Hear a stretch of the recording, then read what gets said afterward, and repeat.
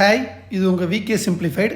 நம்ம சேனலில் தொடர்ந்து டிஎன்பிஎஸ்சியில் கேட்குற முக்கியமான கொஸ்டின், அதாவது ரிப்பீட்டடாக என்னென்ன கொஸ்டின் கேட்குறாங்க, எந்த டாப்பிக்லேருந்து கேட்குறாங்க அப்படின்னு பார்த்துட்டே வரோம்.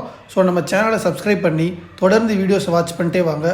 உங்கள் குரூப் 4 எக்ஸாமுக்கு ரொம்பவே யூஸ்ஃபுல்லாக இருக்கும். ஸோ இன்றைக்கி நம்ம என்ன பார்க்க போகிறோம்னா 10th ஸ்டாண்டர்ட் புக்கு தாங்க பார்க்க போகிறோம்.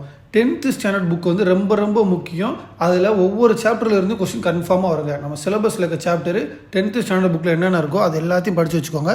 ஒவ்வொரு சாப்டர்லேருந்து கொஸ்டின் வந்து கன்ஃபார்மாக வரும். இன்றைக்கி வந்து சாப்டர் 10லேருந்து ரிப்பீட்டடாக கொஸ்டின் கேட்டுகிட்டே இருக்காங்க. இந்த எம்சி ராஜா கொஸ்டின் பாருங்களேன், இந்த வருஷமே 2 தடவை கேட்டாங்க எம்சி ராஜா பற்றியே. ஸோ அந்த எம்சி ராஜா வந்து 10th ஸ்டாண்டர்டில் சாப்டர் 10ல் தமிழ்நாட்டில் சமூக மாற்றங்கள் அப்படின்ற சாப்டரில் இருக்குது. ஸோ இதே சாப்டரில் இன்னும் நிறையா கொஸ்டின் ரிப்பீட்டடாக கேட்குறாங்க.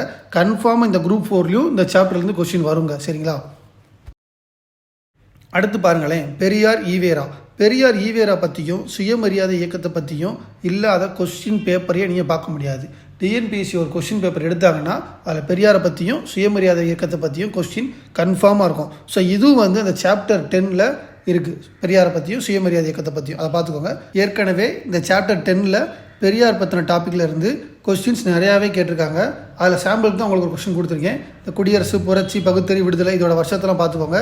சுயமரியாதை இயக்கத்தை பற்றியும் இந்த சாப்டரில் கொடுத்துருப்பாங்க. ஸோ பெரியாரை பற்றி நல்லா பார்த்துக்கோங்க. எம்சி ராஜா பற்றியும் நல்லா பார்த்துக்கோங்க. இந்த சாப்டரே எனக்கு பொறுத்த வரைக்கும் முக்கியமான சாப்டர். ஒரு கொஸ்டின் கன்ஃபார்மாக வரும், 2 கொஸ்டின் எதிர்பார்க்கலாம் 90%. சரிங்களா? ஸோ இந்த சாப்டர் நல்லா பார்த்துட்டு போயிருங்க. ஸோ அடுத்து பாருங்களேன், ரெட்டமலை சீனிவாசன் பற்றியும் கொஸ்டின் வந்து ரிப்பீட்டடாக கேட்டுகிட்டே இருக்காங்க. எம்சி ராஜா, பெரியார், சுயமரியாதை இயக்கம், ரெட்டமலை சீனிவாசன் இவங்களை பற்றிலாம் ரிப்பீட்டடாக கேட்டுகிட்டே இருக்காங்க. இந்த சாப்டர் ரொம்ப முக்கியமான சாப்டர். இந்த சாப்டரை படிச்சுட்டு போயிருங்க, நல்லா பார்த்துட்டு போயிருங்க. என்னை பொறுத்த வரைக்கும் 10th ஸ்டாண்டர்ட் புக்கே வந்து ரொம்ப முக்கியமான புக்கு. அதிக கொஸ்டின் அதிலேருந்து வரும். ஸோ அதையும் நல்லா பார்த்துட்டு போயிருங்க. அதே மாதிரி 6th to 12th புக்கில் தமிழ்நாடு அப்படின்னு எந்தெந்த சாப்டர்லாம் ஆரம்பிக்குதோ, அதாவது தமிழ்நாடு பற்றி எந்தெந்த சாப்டர்லாம் இருக்கோ அது எல்லாத்தையுமே நல்லா பார்த்துட்டு போயிருங்க. அதிக கொஸ்டின் அதிலிருந்து தான் வரும். சரி, 11th 12th பாலிட்டி எக்கனாமி இருக்குல்ல, அதில் புக் பேக்கும் நீங்கள் பார்த்துட்டு போயிருங்க. போன குரூப் 4 புக் பேக் கேட்டிருக்காங்க. ஸோ கடைசி நேரத்தில் ப்ரிப்பரேஷன் பண்ணுறதை வந்து ஸ்மார்ட்டாக பண்ணுங்கள். இதெல்லாம் முக்கியமான டாப்பிக்கோ அதெல்லாம் பார்த்து வச்சுக்கோங்க. லாங்குவேஜை விட்டுறாதீங்க. லாங்குவேஜ் தான் நமக்கு ஸ்கோரிங் பேப்பரே. லாங்குவேஜ் வந்து நல்லா பார்த்துட்டு போயிருங்க. லாங்குவேஜும் மேக்ஸும் ரொம்ப முக்கியம். அதை நல்லா பாருங்கள்.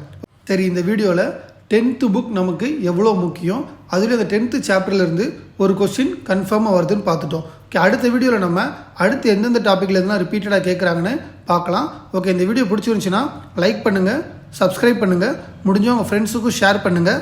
All the best. தேங்க்யூ.